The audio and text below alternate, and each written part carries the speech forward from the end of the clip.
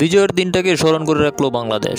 লিটনের golden duck আর হাসান মাহমুদের বিধ্বংসী বোলিংয়ে শেষ মুহূর্তে শ্বাসরুদ্ধকর জয় বাংলাদেশের। বিস্তারিত জানুন পুরো ভিডিওতে। ওয়েস্ট ইন্ডিজের সেন্ট ভিনসেন্টে সময়টা 15 ডিসেম্বর, শেষ প্রহর। 1000 কিলোমিটার দূরের বাংলাদেশের ঘড়ির কাঁটায় এরই মধ্যে 16 ডিসেম্বর। আজকের দিনে বাংলাদেশ পালন করছে বিজয়ের 53 বছর। 16 ডিসেম্বরের সকালে দেশের মানুষের উৎসবের উপলক্ষটা আরেকটু চওড়া হলো টিম টাইগার্সের শ্বাসরুদ্ধকর এক জয়ের সুবাদে। সুদূর ক্যারিবিয়ান দ্বীপ সেন্ট ভিনসেন্টে টানটান উত্তেজনার ম্যাচে ওয়েস্ট ইন্ডিজকে 7 রানে হারিয়ে 3 ম্যাচের টি-20 সিরিজে 1-0-তে এগিয়ে গেল বাংলাদেশ।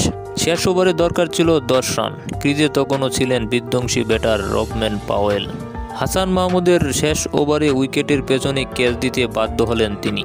সেখানে মূলত জয়টা নিশ্চিত হয়ে যায় লাল সবুজের প্রতিনিধিদের জন্য। তবে এমন জয়ের দিনেও লিটন হলেন ব্যর্থ। ওয়ানডে ম্যাচের পর টি-20তেও মারলেন গোল্ডেন ডাক। বাংলাদেশের সব ব্যাটারদের পিছনে ফেলে 0 রানে আউট হওয়ার সংখ্যাটা এখন ওনারই নামের পাশে।